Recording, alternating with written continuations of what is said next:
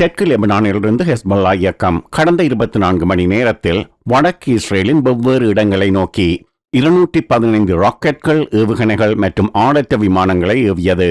Israel மீது Iran நேரடியாக நடத்திய தாக்குதலில் சுமார் 300 ஏவுகணைகள் மற்றும் ஆளற்ற விமானங்கள் ஏவப்பட்டன.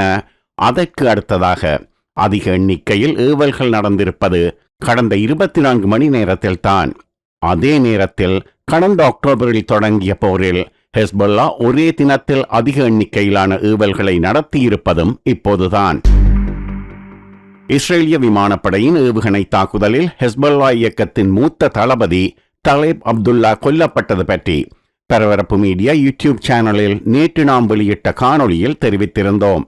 ஹெஸ்பொல்லா இயக்கத்தின் மூத்த தளபதி இஸ்ரேலிய விமான தாக்குதலில் கொல்லப்பட்டதற்கு பதிலடி கொடுக்கவே வடக்கு இஸ்ரேல் மீது பெரிய அளவிலான தாக்குதல் நடத்தப்பட்டது என்று ஹெஸ்பொல்லா அறிவித்துள்ளது.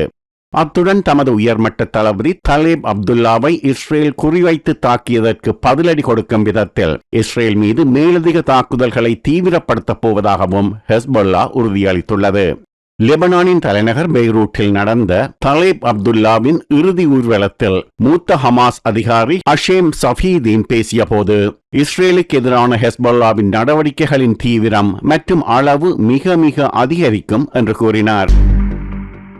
ஹெஸ்பொல்லா நடத்திய மிகப்பெரிய தாக்குதல் காலை வடக்கு இஸ்ரேலின் பல பகுதிகளை நோக்கி குறைந்தபட்சம் 90 ராக்கெட்களின் தாக்குதலுடன் தொடங்கியது. இந்த தாக்குதல்கள் பெரும்பாலும் வடக்கு இஸ்ரேலின் திபேரியாஸ் நகரில் உள்ள இலக்குகளை நோக்கி ஏவப்பட்டன. கடந்த அக்டோபரில் தொடங்கிய போரில் வடக்கு இஸ்ரேலில் முதல் தடவையாக சாஃபேட் மற்றும் ரோஷ்பினா ஆகிய நகரங்களை நோக்கியும் ராக்கெட்கள் ஏவப்பட்டன. இந்த தாக்குதல்கள் வடக்கு இஸ்ரேலில் யூத இஸ்ரேலியர்கள் ஷவுட் விடுமுறையை கொண்டாடிய நேரத்தில் நடத்தப்பட்டது. சாஃபேட் மற்றும் ரோஷ்பினா ஆகிய நகரங்களை நோக்கி ராக்கெட்கள் வருவது பற்றி உடனடியாக எச்சரிக்கை சைரன்கள் ஒலிக்க வைக்கப்பட இரு நகரங்களிலும் பல்லாயிரக்கணக்கான மக்கள் பங்கர்களுக்குள் ஓடிச் சென்று பாதுகாப்பு தேடிக்கொண்டார்கள். யாரும் காயமடையவில்லை, உயிரிழப்பு எதுவும் ஏற்படவில்லை என அறிவிக்கப்பட்டுள்ளது. அதையடுத்து இரண்டாவது சுற்று தாக்குதல்கள் தொடங்கின. மேலும் 70 ராக்கெட்கள் மவுண்ட் மெரோன் பகுதியில் ஏவப்பட்டதாக இஸ்ரேலிய பாதுகாப்பு படைகள் பின்னர் தெரிவித்தன. அடுத்து 10 ராக்கெட்கள் கிபுட் ஜாரிட் நகரின் மீது ஏவப்பட்டன. ஒரு டேங்க் எதிர்ப்பு வழிகாட்டப்பட்ட ஏவுகணை கிபுட் சாசாவில் உள்ள பிளாசன் கவச வாகன உற்பத்தி தொழிற்சாலையை தாக்கி சேதத்தை ஏற்படுத்தியது. லெபனானில் இருந்து ஏவப்பட்ட ஆளற்ற விமானங்கள் ஷிவானின் நகரத்துக்கு அருகேயுள்ள ஒரு திறந்த காட்டு பகுதியில் வெடித்ததாக உள்ளூர் அதிகாரிகள் தெரிவித்தனர். மேல் கலீலி மற்றும் மேற்கு கலீலி பகுதிகளில் மாலை நேரத்தில் மேலும் பல ராக்கெட்கள் ஏவப்பட்டன. பல ராக்கெட்கள் வான் பாதுகாப்பு சாதனங்கள் மூலம் சுட்டு வீழ்த்தப்பட்டதாக இஸ்ரேலிய பாதுகாப்பு படை தெரிவித்துள்ளது. தாக்குதல்களில் காயங்கள் எதுவும் இல்லை, உயிரிழப்பும் கிடையாது. ஆனால் பல ராக்கெட் தாக்கங்கள் வடக்கு இஸ்ரேலில் காட்டு பகுதியில் தீயை உண்டாக்கியது.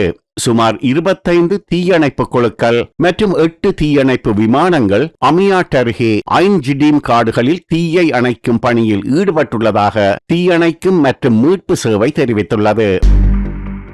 ராக்கெட், ஏவுகணை மற்றும் ஆளற்ற விமான தாக்குதல்களுக்கு ஹெஸ்பொல்லா உரிமை கோரியுள்ளது.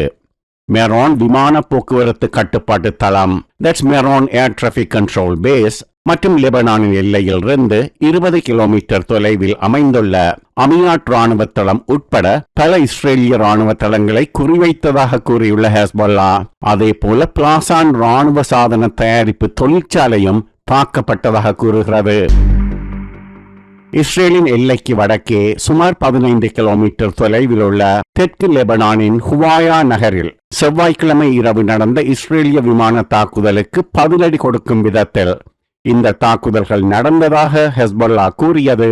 அந்த விமான தாக்குதலை நடத்தியதை IDF நேற்று புதன்கிழமை உறுதிப்படுத்தியது.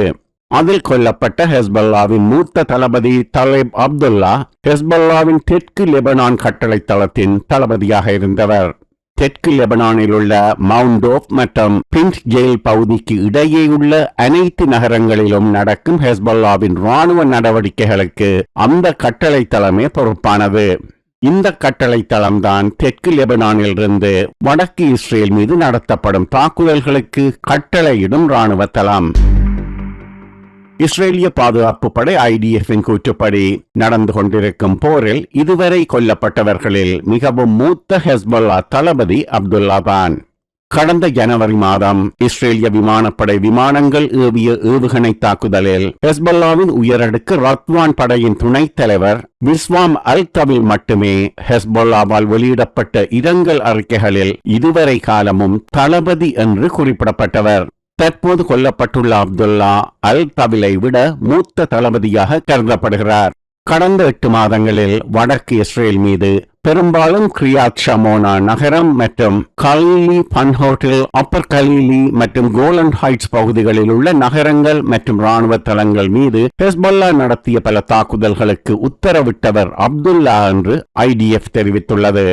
அப்துல்லா ஹெஸ்பொல்லா இயக்கத்தின் பல வருட அனுபவ அறிவின் காரணமாக முக்கிய இலக்காக IDF-ஆல் கருதப்பட்டார். 2006ஆம் ஆண்டு நடந்த லெபனான் போரில் அப்துல்லா பின்ட் ஜபேல் பிராந்தியத்தின் தளபதியாக இருந்தார் எனவும் கூறப்பட்டுள்ளது. ஹெஸ்பொல்லாவின் மிகப்பெரிய தாக்குதல்களுக்கு பதிலடி கொடுக்கும் விதத்தில் தெற்கு லெபனானில் யாட்டர் நகரில் ஹெஸ்பொல்லாவுக்கு சொந்தமான 4 இராணுவ தளங்களை தாக்கியதாக IDF கூறியது. 4 தளங்கள் மீதும் இஸ்ரேலிய விமானப்படையின் விமானங்கள் ஏவுகணை தாக்குதல்களை நடத்தின. வடக்கு இஸ்ரேல் மீது தாக்குதல்களை நடத்த அந்த 4 தளங்களும் பயன்படுத்தப்பட்டதாகவும் இஸ்ரேலிய பாதுகாப்பு படை IDF கூறியுள்ளது. மேலதிகமாக தெற்கு லெபனானில் ஹனைன் மற்றும் யாரோன் ஆகிய நகரங்களில் உள்ள ராக்கெட் லாஞ்சர்களும் தாக்கப்பட்டதாக இஸ்ரேலிய இராணுவம் தெரிவித்துள்ளது. ஹமாஸின் அக்டோபர் 7ஆம் தேதிய தாக்குதல் தொடங்கியதற்கு அடுத்த நாளிலிருந்து ஹெஸ்பொல்லா தலைமையிலான படைகள் இஸ்ரேலிய நகரங்கள் மற்றும் எல்லையில் உள்ள இராணுவ நிலைகள் மீது தினசரி அடிப்படையில் தாக்குதல்களை நடத்துகின்றன. இஸ்ரேல் ஹெஸ்பொல்லா மோதலுக்கு ராஜதந்திர தீர்வுக்கு அமெரிக்காவும் பிரான்சும் முயற்சி செய்கின்றன. அதே நேரத்தில் பல்லாயிரக்கணக்கான பொதுமக்கள் தற்போது இடம்பெயர்ந்துள்ள வடக்கு இஸ்ரேலின் பாதுகாப்பை மீட்டெடுக்க ஹெஸ்பொல்லாவுக்கு எதிரான போருக்கு செல்ல IDF விரும்புவதாக அதன் தளபதிகள் வெளிப்படையாக பல சந்தர்ப்பங்களில் கூறியுள்ளார்கள். தற்போது வடக்கு இஸ்ரேலில் நடத்தப்பட்ட பெரிய அளவிலான தாக்குதல்கள் இஸ்ரேலிய அரசுக்கு ஒரு போரை தொடங்க வேண்டிய அழுத்தத்தை கொடுக்கலாம். லெபனானில் ஒரு போரை தொடங்குவது குறித்தும் காசா பகுதியை 2ஆம் நிலை முன்னணியாக மாற்றி லெபனானை 1ஆம் நிலை போர் முன்னணியாக மாற்றுவது குறித்து இஸ்ரேலிய அரசின் தலைமை இன்னமும் முடிவெடுக்கவில்லை. இருந்த போதிலும் ஹெஸ்பொல்லாவின் தளபதிகளை குறிவைத்து தொடர்ந்து தாக்குதல் நடத்துவதன் மூலம் IDF ஹெஸ்பொல்லாவின் தாக்குதல்களை இஸ்ரேலுக்குள் அதிகரிக்க செய்கிறது. அதனால் ஏதோ ஒரு கட்டத்தில் IDF விரும்புவது போல ஒரு போருக்கு இஸ்ரேலிய அரசு உத்தரவிடும் நிலை ஏற்படலாம்.